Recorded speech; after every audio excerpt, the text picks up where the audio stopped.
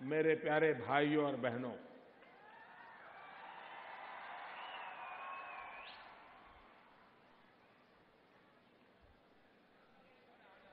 कल मैं मां गंगा के पास था। आज मां नर्मदा के पास हूं।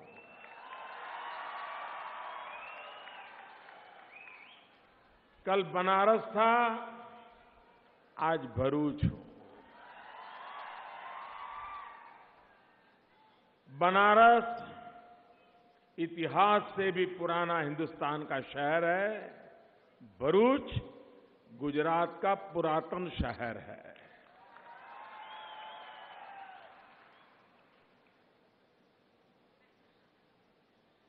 भाइयों बहनों,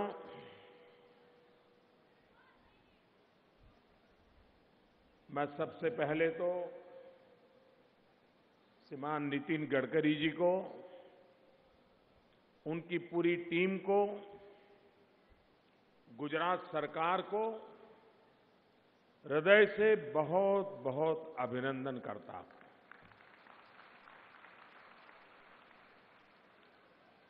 दुनिया को पता नहीं चलेगा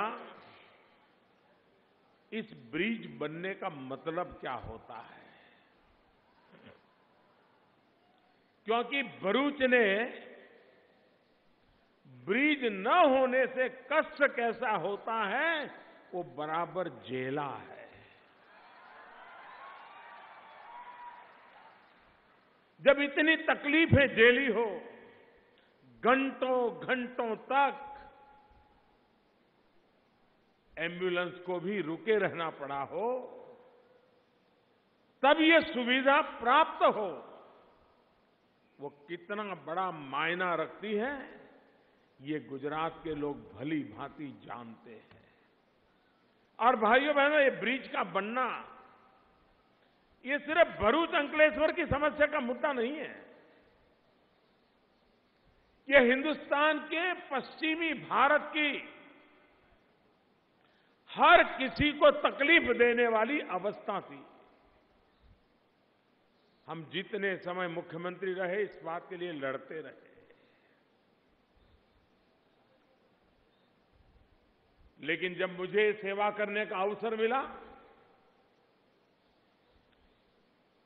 समय सीमा में आधुनिक टेक्नोलॉजी के द्वारा हिंदुस्तान में पहली बार इतना लंबा इस टेक्नोलॉजी वाला ब्रिज बना, और वो भी मां नर्मदा के तट पे बना।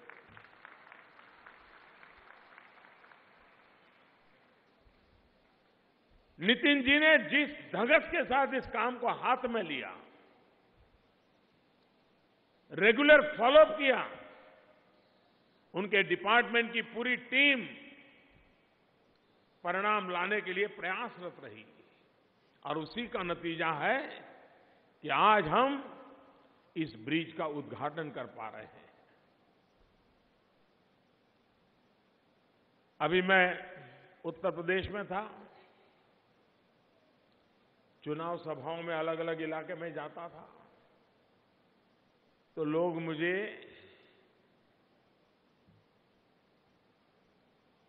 कुछ स्मारक दिखाते थे। क्या स्मारक थे? कोई कहता था, साहब वो दूर जो दिखता है ना खंभा, पिलर दिखता है ना, ये 15 साल पहले ब्रिज का शिलान्यास हुआ था, अभी तक 2 खंभे डले हैं, आगे नहीं हुआ है। काशी में भी 13 साल पुराना एक स्ट्रक्चर लटका पड़ा हुआ है। मैंने कहा, अच्छा होता आप भारत सरकार को दे देते, मैं आकर के इसको पूरा कर देता। एक तरफ देश में कोई भी काम 10 साल, 12 साल, 15 साल और ये सामान्य लगता था, उसके सामने निर्धारित समय में कार्य पूरा करने का कल्चर जो गुजरात में हम लोगों ने लागू किया था, आज पूरे हिंदुस्तान में लागू करने की दिशा में हम काम कर रहे हैं। भाइयों बहनों, आज मुझे दहेज जाने का सौभाग्य मिला। कोई कल्पना नहीं कर सकता है कि दहेज वो सिर्फ भरूच का गहना नहीं है। दहेज पूरे हिंदुस्तान का गहना है। जब उसका पूर्ण विकास होगा और जिस तेजी से आगे बढ़ रहा है, करीब करीब 8 लाख लोगों को रोजगार देने की उसमें क्षमता होगी। आप विचार कीजिए, इस क्षेत्र में इतना बड़ा रोजगार का अवसर पैदा हो, इस इलाके का स्थिति कैसी बनेगी, इसका आप अंदाज कर सकते हैं भाई। और मैं बार बार दहेज आता था, आप भली बात ही जानते हैं, उसके चप्पे चप्पे से मैं वाकिफ हूं। अपनी आंखों से उसको विकसित होते देखा है। और आज जब पूर्णता की ओर कदम रख रहा है पीसीपीआर, दहेज, ओपेल, भाइयों बहनों, देश की आर्थिक धुरा को एक नई ताकत मिलने वाली है। और ये भरूच की धरती पे हो रहा है। मैं आपको बहुत बहुत बधाई देता हूं। मैं मुख्यमंत्री जी का अभिनंदन करना चाहता हूं, क्योंकि जब बस पोर्ट की कल्पना की, मैं यहां मुख्यमंत्री था, तो मेरे मन में एक विचार आता था कि ऐसी कैसी सरकार है कि अमीर अगर हवाई अड्डे पर जाता है, हवाई जहाज में बैठने जाता है, तो उसको हर प्रकार की सुविधा उपलब्ध होती है। ठंडी हवा चलती है, ठंडा पानी मिलता है, जो खाने के लिए चाहे वो खाना मिलता है। क्या मेरे देश के गरीब को इसका हक नहीं होना चाहिए क्या? क्या हवाई जहाज में उड़ने वालों को ही ये सब होना चाहिए क्या? इस बात ने मेरे मन को हर पल झकझोरा, और उसका परिणाम था कि बड़ोदा में सबसे पहला पीपीपी मॉडल पे एक ऐसा बस अड्डा बना, ऐसा बस पोर्ट बना, जिसकी वीडियो यूट्यूब पर दुनिया भर में लाखों लोग देखते रहे कि ऐसा भी कोई बस स्टैंड हो सकता है। और बस में गरीब से गरीब व्यक्ति जाता है, गरीब से गरीब आदमी अपने हाथ में झोला लेकर के बस में जाता है, बीड़ी पीता है, कहीं पर भी बीड़ी डालता है। आज अगर बड़ौदा में जाइए, वो पूरी तरह साफ सुथरा बसते हैं। उसी मॉडल पर अहमदाबाद में बना, अब तक शायद 4 बन चुके हैं। और मुझे खुशी है कि राज्य सरकार ने उसी योजना को आगे बढ़ाते हुए वैसा ही शानदार बस पोर्ट भरूच में बनाने का फैसला किया। भाइयों बहनों, एक काम जिसका आज विजय भाई ने उल्लेख किया, भाड़भूज में वियर बनाने का। आप कल्पना कर सकते हैं, ये वियर के पीछे 4,000 करोड़ रुपया तो ठीक बात है, 4,000, 5,000, 6,000 होता रहेगा, लेकिन ये पूरे भरूच की जिंदगी बदल देगा। आप कल्पना कीजिए, भरूच से सरदार सरोवर डैम तक करीब 125-150 किलोमीटर का पूरा रास्ता ये पानी से लबालब भरा होगा। वो दृश्य कितना आनंददायक होगा। उस पूरे इलाके में जमीन में पानी जाने से करीब 150 किलोमीटर का इलाका दोनों तरफ 20-20 किलोमीटर पानी के स्तर ऊपर आएंगे। भरूच में मैं जब मुख्यमंत्री था तब भी ये बात आती थी, तब हमारा रमेश यहां का विधायक हुआ करता था। तब भी ये बात आती थी कि यहां पीने का पानी, भाइयों बहनों, आज ये बियर बनने के बाद अच्छी क्वालिटी का भरपूर शुद्ध पानी ये भरूच को प्राप्त होगा। और आप मान के चलिए, जैसे आप सूरत की प्रगति देख रहे हो ना, आपकी आंखों के सामने हुआ है। 20-25 साल में सूरत बदला है, 10-15 साल में पूरा भरूच बदल जाएगा। ये मेरे शब्द लग करके रखिए। मैं अपनी आंखों के सामने चित्र को भली भांति देख पा रहा हूं। और विश्व का सबसे बड़ा ऊंचा सरदार वल्लभ भाई पटेल का स्टैच्यू बनेगा, स्टैच्यू ऑफ यूनिटी। विश्व भर के यात्री आएंगे। केवड़िया कॉलोनी तक बहुत उत्तम प्रकार का रोड हमारे नितिन जी का डिपार्टमेंट बना रहा है। लेकिन एक और संभावना के लिए भी मैंने नितिन जी से कहा है कि उसका भी अभी से अभ्यास शुरू करवा दिया जाए। अगर भाड़भूज का बियर बन जाता है और नर्मदा के अंदर पानी रहता है, तो क्या टूरिस्टों को हम यहां से छोटे छोटे स्टीमर में सरदार सरोवर डैम तक ले जा सकते हैं क्या? लोग गोवा में जन्मदिन मनाना है तो छोटे छोटे स्टीमर में पानी के बीच चले जाते हैं। इस इलाके में भी सुरती लोगों को जन्मदिन मनाना होगा तो वो भी यहां पे आ जाएंगे और भरूच वाले तो जाएंगे ही जाएंगे। भाइयों बहनों, एक ही व्यवस्था से कितना बदलाव लाया जा सकता है। अगर विजन साफ हो, नियत ठीक हो, नीतियां परफेक्ट हो, तो सफलता के आड़े कुछ नहीं आता। भाइयों बहनों, सफलता प्राप्त हो के रहती है। मैं आज जब गुजरात में आया हूं, नितिन जी आए हैं, तो उनकी इच्छा है कि उनके डिपार्टमेंट की घोषणा मैं करूं। भले मैं करता हूं, लेकिन क्रेडिट नितिन जी को जाती है।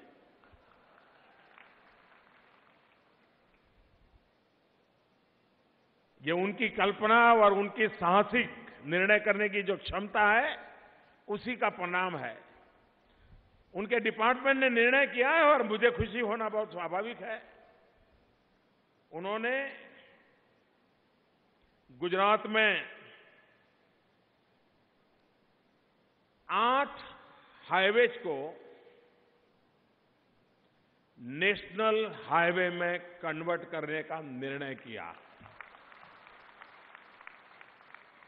ये करने में करीब करीब 12,000 करोड़ रुपया इन्वेस्टमेंट होगा। 12,000 करोड़ रुपया अकेले नितिन जी के डिपार्टमेंट से ये 8 रास्तों पर 12,000 करोड़ रुपया लगेगा। आप कल्पना कर सकते हो, गुजरात के इंफ्रास्ट्रक्चर को 4 चांद लग जाएंगे। भाइयों बहनों, 4 चांद। और ये 8 रास्तों की लंबाई करीब करीब 1200 किलोमीटर है, जिसमें ऊना, धारी, बगसरा, अमरेली, बाबरा, जसदन, चोटिला, ये पूरा जो स्टेट हाईवे है अब नेशनल हाईवे बनेगा। दूसरा, नागेश्वरी, खांभा, चलाला, अमरेली स्टेट हाईवे है, नेशनल हाईवे बनेगा। पोरबंदर, भाणवड़, जामजोधपुर, कालावाड़ स्टेट हाईवे है, नेशनल हाईवे बनेगा। आणंद, कठलाल, कपड़वंज, बायड़, धनसुरा, मोड़ासा ये स्टेट हाईवे, नेशनल हाईवे बनेगा। पूरा ट्राइबल बेल्ट को इसका सबसे बड़ा लाभ मिलने वाला है। लखपत, कच्छ का डेवलपमेंट करना है, धौलावीरा का डेवलपमेंट करना है, टूरिज्म को बढ़ाना है। लखपत, गढूली, हाजीपुर, खावड़ा, धौलावीरा, मोवाना, सांतलपुर। आप हिंदुस्तान की सीमा की सुरक्षा कहो, कच्छ के टूरिज्म का विकास कहो, धौलावीरा जो मानव संस्कृति का पुरातन ऑर्गेनाइज सिटी 5000 साल पुराना एक कोने में है, जब वो सेंटर पॉइंट बनेगा दुनिया के टूरिस्टों को आकर्षित करेगा, जिसका गुजरात को लाभ मिलेगा। खंभालिया, अडवाणा, पोरबंदर, चित्रोड़ा, रापर, धौलावीरा, खंभालिया, भाणवड़, राणावा। आप विचार कीजिए कि ये इंफ्रास्ट्रक्चर से इतनी बड़ी लागत से लोगों को तो रोजगार मिलेगा, काम मिलेगा, ये तो होना ही है। लेकिन सबसे बड़ी बात, अकस्मात के कारण खास करके हम हमारे नौजवान खो देते हैं। नौजवान बड़े उत्साह से गाड़ी तेज चलाता है, मोटरसाइकिल तेज चलाता है, अकस्मात होता है, लाखों लोग अकस्मात बेमौत मर जाते हैं। इस रचना के कारण अकस्मात में काफी मात्रा में कंट्रोल किया जाता है, क्योंकि रोड की रचना ऐसी होती है। एक प्रकार से ये मानवता का भी काम है। आप लोगों को ये याद हो, अहमदाबाद, राजकोट, बगोदरा, कोई दिन ऐसा नहीं जाता था कि बगोदरा के पास अकस्मात न हुए हो और रात में 2-4 लोग मरे न हो। डेली जब केशुभाई पटेल मुख्यमंत्री बने, उन्होंने इस दृश्य को रोज देखा था। वो राजकोट से आते जाते थे। हमारी पार्टी के भी कई वरिष्ठ नेता अहमदाबाद राजकोट हाईवे पर एक्सीडेंट में मारे गए थे। और मैं अहमदाबाद में, तब तो मैं राजनीति में नहीं था, औसत मुझे रात को फोन आता था कि इतना बड़ा अकस्मात आया हुआ है, डॉक्टर के पास पहुंचाने में कोई मदद कर दीजिए। जब केशुभाई मुख्यमंत्री बने तो उन्होंने बड़ा महत्वपूर्ण काम किया। अहमदाबाद राजकोट के रोड को 4 लाइन कर दिया। अकस्मातों में बहुत बड़ी कमी आ गई, बहुत बड़ी कमी आ गई। ये नेशनल हाईवे का नेटवर्क, ये इस प्रकार से बहुत बड़ा सुरक्षा की दृष्टि से, मानवता की दृष्टि से एक व्यवस्था खड़ी हो रही है। अब रोड का मॉडल भी हमने बदल दिया है। रास्ते पर व्यवस्थाएं भी विकसित हो, रास्तों के नजदीक में हेलीपैड भी हो, रास्तों के नजदीक में खान पान, शौचालय, ये सारी व्यवस्थाएं उपलब्ध हो, ताकि ट्रैफिक लोग जाते आते हैं उनको ये व्यवस्था मिले, वॉशरूम मिल जाए। ये सारी व्यवस्थाओं के युक्त नेशनल हाईवे बनाने की दिशा में और आधुनिक रास्ते, नितिन जी अपनी नई कल्पनाओं के साथ इस काम को लगे हैं। एक सागरमाला प्रोजेक्ट, देखिए, एक दिल्ली में एक ऐसी सरकार बैठी है जो टुकड़ों में नहीं सोचती है। हम समस्याओं का समाधान करने की दिशा में सोचते हैं। हमने एक सागरमाला योजना बनाई। इस सागरमाला योजना के तहत भारत का पूरा नक्शा आप जहां ड्रॉ करते हो, उस पूरा का पूरा इंफ्रास्ट्रक्चर से बंध जाना चाहिए। रोड से कहीं पर भी डिस्कनेक्ट नहीं होना चाहिए। एक छोर से निकले तो उसी रोड से पूरे हिंदुस्तान का भ्रमण करके आप वापस आ सकते हैं। ऐसी एक सागरमाला प्रोजेक्ट, भारतमाला प्रोजेक्ट, इसकी हम रचना कर रहे हैं। इस भारतमाला से रोड का नेटवर्क होगा, सागरमाला से जो समुद्री तट है उसके इंफ्रास्ट्रक्चर का काम होगा। भारतमाला और सागरमाला पोर्ट लेड डेवलपमेंट को एक नई ताकत देगी। और उसके कारण अकेले पोर्ट सेक्टर में सागरमाला के तहत 8 लाख करोड़ रुपए से ज्यादा नया पूंजी निवेश आने वाले कुछ ही वर्षों में करने की दिशा में हम आगे बढ़ रहे हैं। और उसका परिणाम गुजरात को विशेष लाभ मिलेगा। यहां के बंदरों का विकास होगा, यहां के बंदरों से जुड़ी हुई रेल हो, रोड हो, कनेक्टिविटी हो, उसका लाभ मिलेगा। एक प्रधानमंत्री कृषि सिंचाई योजना हमने लागू की है। आप हैरान होंगे हमारे देश में सरकारें कैसे चली हैं। डैम तो बना दिया, लेकिन डैम से पानी कहां ले जाना, कैसे ले जाना, उसकी योजना ही नहीं बनाई। 20-20 साल पहले डैम बने हैं, पानी भरा पड़ा है, कैनाल नहीं है।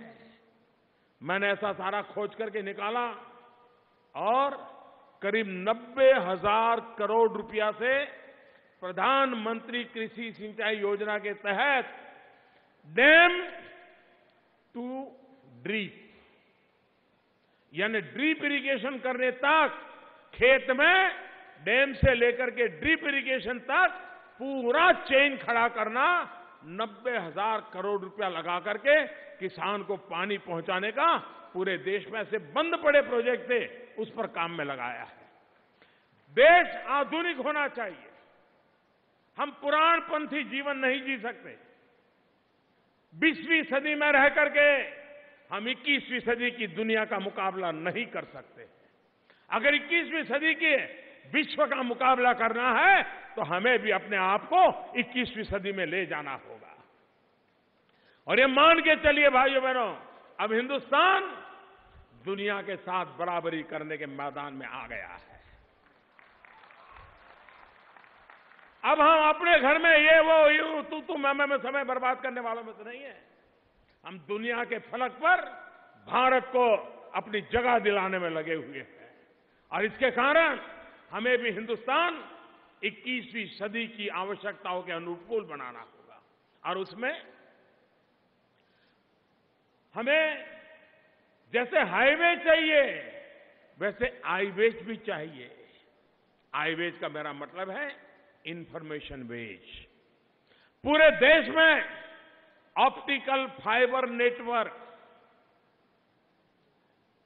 अभी जैसे ब्रिज बनाने के कुछ लोग उसकी क्रेडिट लेने के लिए घूमते फिरते रहते हैं, फायदा उठाओ, कुछ भी बोल दो, फायदा उठाओ, करना धरना कुछ नहीं। भाइयों बहनों, हमारे देश में पुरानी सरकार में ऑप्टिकल फाइबर नेटवर्क ये योजना बनी थी। वो योजना ऐसी बनी थी कि जब मैं प्रधानमंत्री बना तब तक उन्हें 1.25 लाख गांवों में ये काम पूरा करने का उनके फाइलों में लिखा हुआ है। 2014 मार्च तक 1.25 लाख गांवों में ऑप्टिकल फाइबर लगाना ये पुरानी सरकार का निर्णय था, योजना बनाई थी। और जब मैं प्रधानमंत्री बना तो मैंने पूछताछ की। मैंने कहा भाई 1.25 लाख गांवों में से कितना हुआ?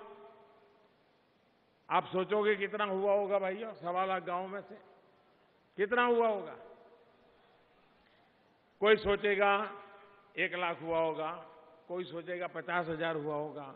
जब मैंने हिसाब लिया तो सिर्फ 59 गांव, 50 और 9, 60 भी नहीं, इतने गांवों में ऑप्टिकल फाइबर लगा था।